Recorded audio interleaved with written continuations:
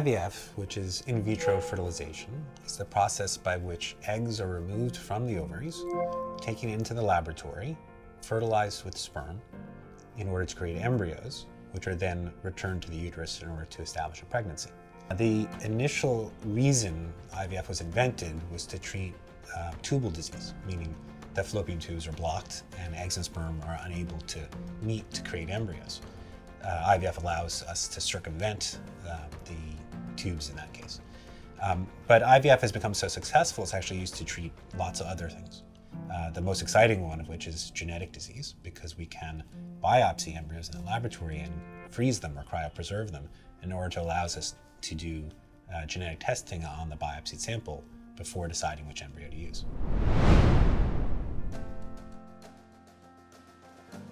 I think the more current version of IVF, because it's evolved over time, is sort of a 7-week process. It involves, first, the most intense part would be a 2-week stimulation phase. We give injectable, what are called gonadotropin hormones, the same hormones that the brain uses to stimulate the ovaries. We just use more. And we do that for about 9 or 10 days. During that process, it's important that the patient comes in for monitoring, where they have an ultrasound exam and blood testing, usually about every other day. So it's about 4 or 5 visits during the course of that 9-10 day period. At the end of that process, the follicles, which are the spaces inside the ovaries where the eggs are growing, are big enough that we can expect the eggs to be mature, and so we can plan then the egg retrieval. The egg retrieval is performed in the office.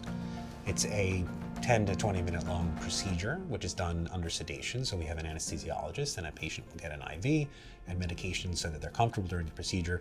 Almost all patients are asleep for that. We put a needle through the vaginal wall into the ovaries to retrieve the eggs. After about 10 minutes, the patient will be awake and they're going to feel like they have some bad cramping, and they'll get medication in the recovery room for that. And by the time they go home, most people just need Motrin and Tylenol. Those eggs are then fertilized with the sperm and allowed to grow in the laboratory for 5 to 7 days.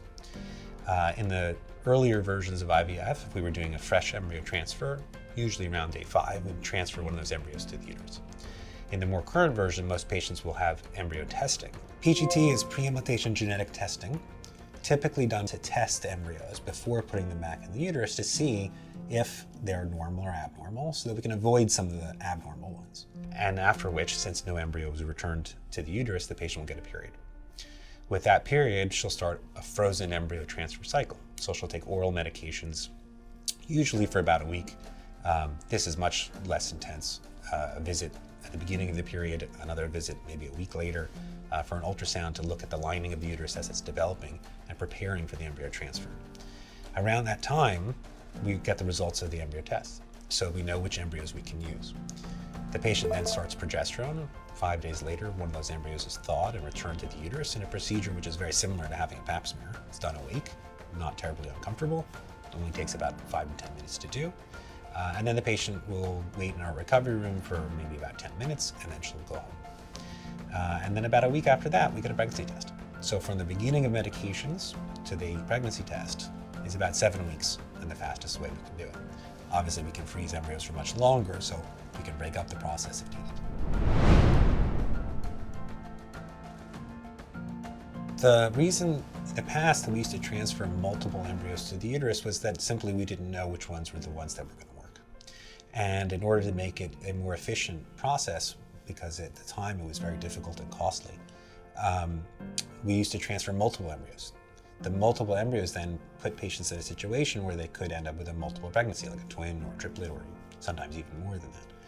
The problem with multiple pregnancies is that they're riskier. It was never an ideal situation, but because of the way the technology worked at the time, it was sort of the best way to achieve good success rates. Over years, there's been an emphasis on decreasing the number of embryos transferred to the uterus in order to prevent the complications of multiple pregnancy. PGT has allowed us to pick single embryos with a much higher success rate than even sometimes when we put in multiple embryos that are untested. As a result, we don't recommend putting in more than one at a time because we're not intentionally trying to achieve multiple pregnancies because of those complications. So overall, it's a much more efficient and safe process. PGTA, which is again the common technology now that we're using for embryo transfer, is sort of a great leveler of the process, right? Meaning the greatest impact on fertility is aging. And as we get older, the probability of having a normal embryo is declining. So most success rates are simply based on a patient's age. In order to circumvent that, we use IVF to create additional embryos in the hopes that at least one of those embryos is going to be normal. When we do PGT and test those embryos, we can select from that one embryo that is normal to transfer to the uterus. On average, we get approximately 60% pregnancy rate from a single embryo transfer after PGT has been performed. Technology is not perfect, but it's evolving, and it's the best tool we've had ever in the process of doing in vitro fertilization or any fertility treatment. Our hopes are it will continue to get better, and we'll have even higher success rates in the future.